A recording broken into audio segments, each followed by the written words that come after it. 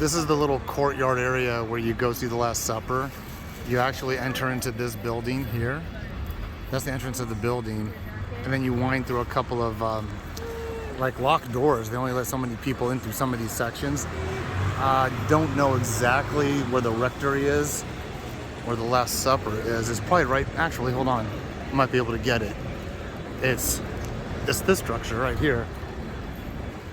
I believe it's inside that structure, painted on the wall. That brick looking one. So there's little museums in front. And then there's a church here. Nice little plaza. We were the first ones in at 8:15.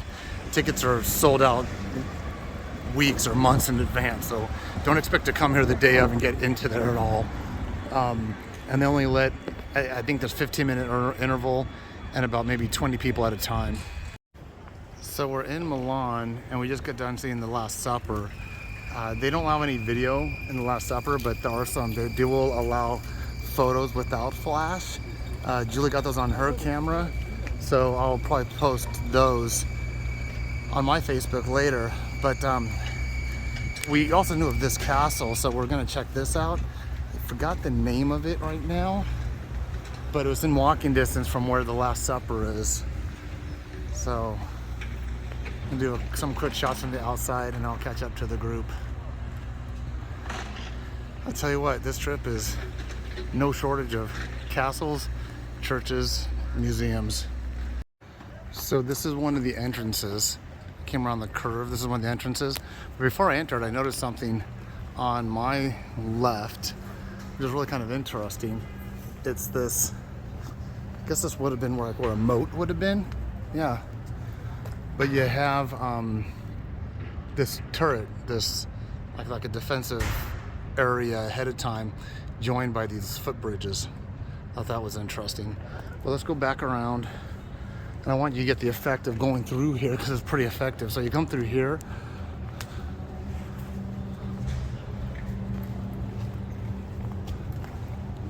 And it looks like this just opened up. But this is a pretty vast structure. And I'm gonna tell you, even if entrance is free, I'm not going in there today. Let's see if I can get more in the middle so I can do a panoramic of all the way around. This is a huge, huge structure, being in Milan.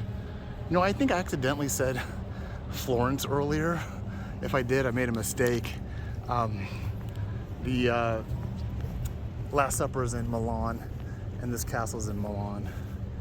We were in Florence, I think, yesterday. When you do this many traveling to so many cities, everything becomes a blur. But, you know, I'm sure there's a entrance to this museum. I'm sure there's exhibits, all kinds of stuff. But at this point in this trip, I'm good with just doing what I'm doing now, showing you guys this. Unbelievable brickwork.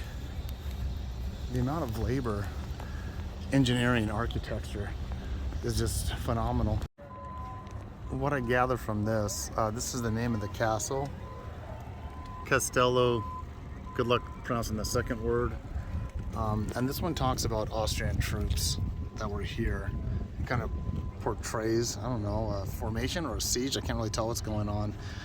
One thing I did find interesting, I was outside earlier and I showed you what looked like a primary moat. Now those moats weren't always filled with water. Sometimes they're filled with thickets, you know, bushes, shrubs with thorns and stuff, just making it harder for the aggressor to get through there. But then there's a secondary moat here. So if in fact invaders were to breach or something, they would have to negotiate, I guess, this moat, and it goes all the way around. So you have this thin outer wall, pretty strong fortification, and then what it's protecting is this courtyard area. But there's nothing in the courtyard. Maybe there was at one time. Maybe there were some homes or something that it was protecting, or maybe it was just to, you know, keep them from getting to the other walls. But without going all the way to the other ones, you can very well see that it goes all the way around. That interior moat goes all the way around. as far as weather goes, this is probably the best weather day. It's cool and it's not humid. But we're just exploring this. Like I said, I have no desire to go inside. I mean, you'd get lost and you'd spend hours.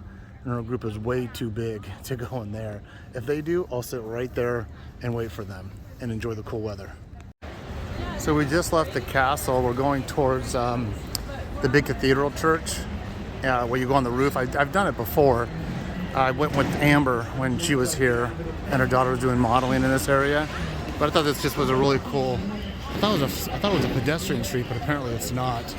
Stefania's way up there, but there's a car coming towards us, so I guess it's not a pedestrian street, but it's kind of cool structures, architecture's been designed here in Milan. Now it looks like Caesar's Palace, the fake rooftop of Caesar's Palace. Crystal blue skies with some clouds. Caesar's Palace in Las Vegas is what I'm talking about.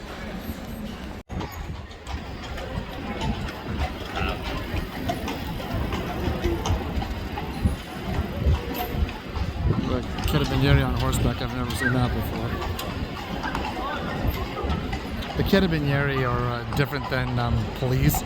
Police for city. Carabinieri are almost like military police or federal police. I'm not sure how that relationship works between the two. Oops. So this is the Galleria in Milan, which looks very familiar to the one in Naples. When Olivia and I were traveling on our own through Naples, we went into one. You'd have to look back in our previous video, and there was a concert going on. Now the one in Naples is somewhat more closed in. It looks very, very similar, but the one in Naples is actually somewhat closed in on all sides where they can lock it up at night. I'd always like to imagine that these buildings were all exterior buildings at one time. And what ended up happening was they just used the rooftop. And this is my interpretation. This is not factual. I don't know, but I kind of imagine that these were all the outsides of buildings, and they just put these roof enclosures. They just added the roof enclosures later on to give it somewhat of a protected environment. We're right adjacent to the church we're going to go on the top of. It's 11:15 in the morning. We got to queue up to go on top of the church by noon. Yeah, this is kind of cool. I was here, I want to say it was 2016 when I was in Milan last, and I was here with some friends, and there was a really cool store that has some old, like compasses, navigational aids, sextants, stuff like that. And I think that store is that way. Well, I'll just do a quick turnaround. My daughters are in here somewhere, helping us spending a lot of money. So this is the church. I'm running out of space to do videos, but we're gonna go on the roof of that, which is right adjacent to this.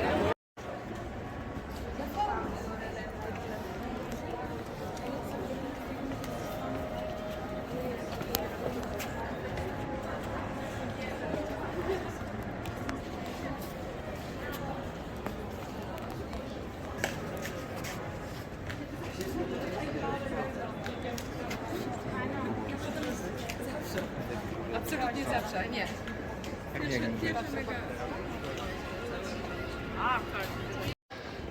So I made it to the top. I'm a bit winded. I got some really good pictures here, like in 2016, right along the spine here, with that in the background, but without the scaffolding. I'll see if I can find the older pictures and put them on Facebook. By the way, those pictures were done. Maybe I had a cell phone. Yeah, I guess I did. But I was the last one up here. Julie and the girls are up here somewhere. But if you get a chance, take the elevator, by the way. There's an elevator option, and I highly recommend it. But I'll try to get some city view shots also. So that's the first terrace or landing that you get at. A lot of good photo opportunities down there also. And then you come up to the very top. But there's the